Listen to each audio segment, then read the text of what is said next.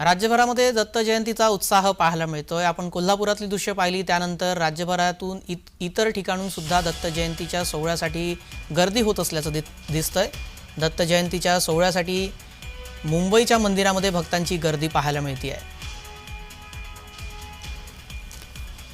दत्त जयंतीच्या सोहळ्यासाठी मुंबईमध्ये गर्दी झाल्याचं दिसतंय। आपण पाहतोय की मुंबईतली दृश्य आहेत।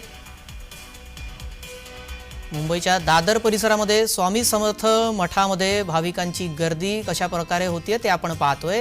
हे दादर मधलं मुंबईतील स्वामी समर्थ मठ आहे आणि इथे सकाळपासूनच दत्त जयंतीनिमित्त भाविकांनी दर्शनासाठी गर्दी केली आहे।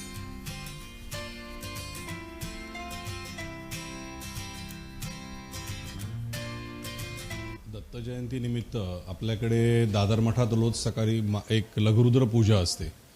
ती स्वामींच्या पादुकांवर केली जाते। हे दरवर्षी आपण लघुरुद्र आणि संध्याकाळी आपल्याकडे पालखी असते, पालखी सोहळा असतो।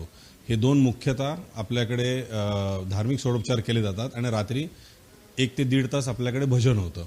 हे दर दत्त जयंतीला आता ही गेले जवळजवळ 114 वर्ष आम्ही ही परंपरा पाळतोय।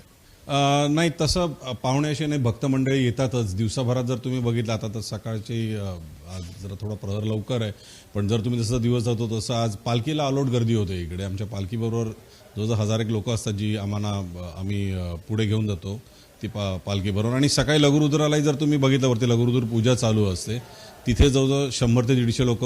ही सकाळी 6:30ला पूजा सुरू झाली आहे, ते साधारण 10:30 ते 11 पर्यंत आरती आणि प्रसाद झाल्यावर ती संपन्न होते। अवधूत चिंतन श्री गुरुदेव दत्त। मार्गशीर्ष पौर्णिमेच्या दिवशी संपूर्ण राज्यासह देशभरामध्ये दत्त जयंती मोठ्या उत्साहाने साजरी केली जाते। खरं तर मार्गशीर्ष पौर्णिमेच्या मृग नक्षत्रावर सायंकाळी श्री दत्तात्रय महाराजांचा जन्म झाल्याची पौराणिक मान्यता आहे।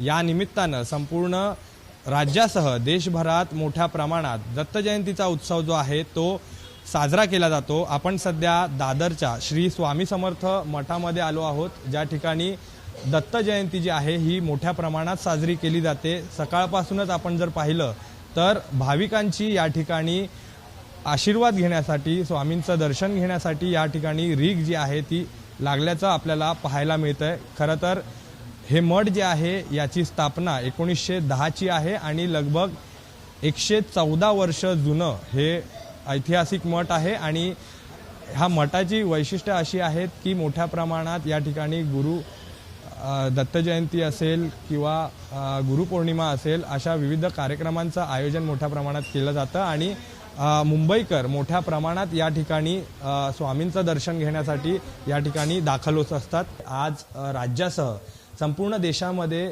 दत्त जयंतीचा जो हा उत्सव आहे हा मोठा धूमधडाक्यात साजरा करण्यात येतो। लाखो दत्तभक्त हे त्यांच्या दत्त महाराजांचं किंवा स्वामी समर्थांचं दर्शन घेण्यासाठी विविध मंदिरात गर्दी करत असतात। त्याच अनुषंगाने आज देखील दादरच्या या स्वामी समर्थ मठात आपल्याला गर्दी होताना पाहायला मिळते आहे।